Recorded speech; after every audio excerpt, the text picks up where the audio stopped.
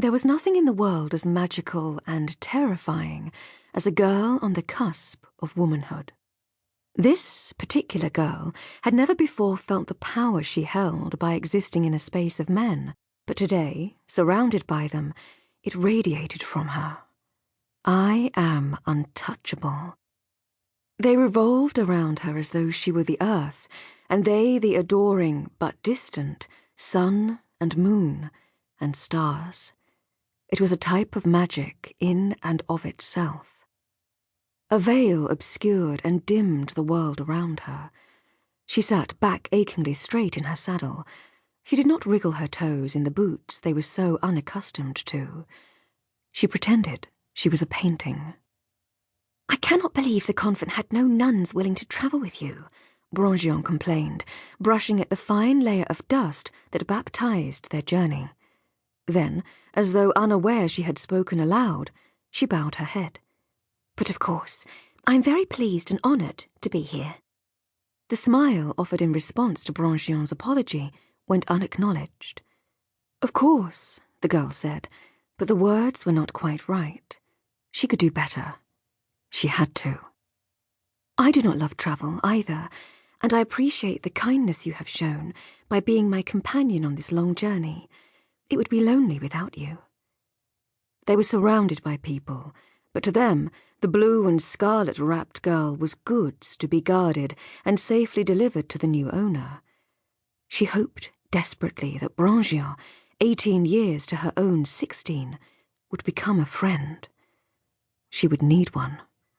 She had never had one. But it would also complicate things. She had so many precious, hidden things. Having another woman with her at all times was both unfamiliar and dangerous. Brangien's eyes were black like her hair and hinted at cleverness. Hopefully those eyes would see only what was offered them. Brangien caught her staring and offered a tentative smile. Focused on her companion, the girl did not notice the change outright. A subtle shift, a lessening of tension, her first breath fully drawn in 2 weeks. She tipped her head back and closed her eyes, grateful for the leafy green reprieve from the sun. A forest. If she were not barred on all sides by men and horses, she would hug the trees, run her fingers along their veins to learn each tree's story. "Tighten the circle," Sir Bors commanded. Under the heavy arch of branches, his shout was hushed. He was a man unaccustomed to being muted.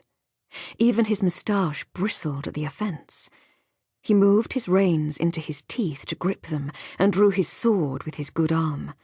The girl snapped out of her daydream to see that the horses had caught the fear of the men. They shifted and stamped, eyes rolling to search as their riders did. A gust of wind lifted her veil.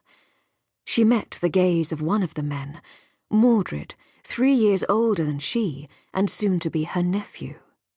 His subtle mouth had twisted up at one corner as though he was amused. Had he caught her reverie before she realized she should not be pleased by the forest? "What is it?" she asked, turning quickly away from Mordred, who was paying far too much attention. "Be a painting." Brangien shivered and shrank into her cloak. "The trees." They crowded in on either side of the road, twisting trunks and grasping roots. Their branches laced overhead to form a tunnel. The girl did not understand the threat. No crack of a twig, no rustling. Nothing disturbed the beauty of the forest, except her and the men around her. "What about the trees?" she asked. Mordred answered. His face was serious, but there was a song-like quality to his voice, playful and low. "They were not here on our journey to retrieve you." Sword still drawn, Sir Bors clicked his tongue, and his horse moved forward again. The men clustered around her and Brangien. The peace and relief the girl felt at being among trees again disappeared, soured by their fear. These men claimed every space they went into. "What does he mean? The trees were not here, she whispered to Brangien. Brangien had been mouthing something.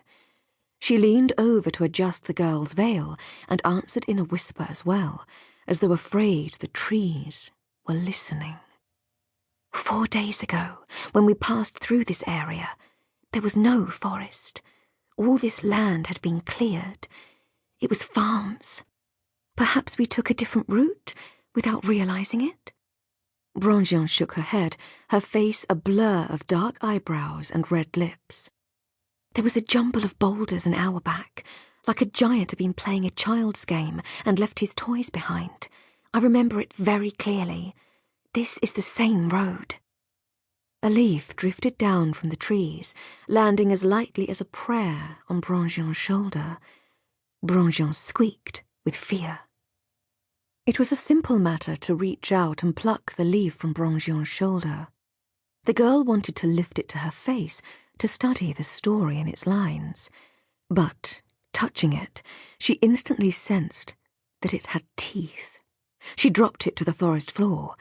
She even checked her fingers for blood, but of course there was none. Brangien shuddered. There is a village not far. We can hide there. Hide? They were a day from their destination. She wanted this to be over with, everything to be done and settled. The idea of huddling with these men in a village while they waited to... what? Fight a forest? Made her want to tear off her shoes, her veil, to beg the trees for safe passage. But the trees would not understand. They were on opposite sides now, after all. I am sorry, she thought, knowing the trees could not hear her, wishing she could explain.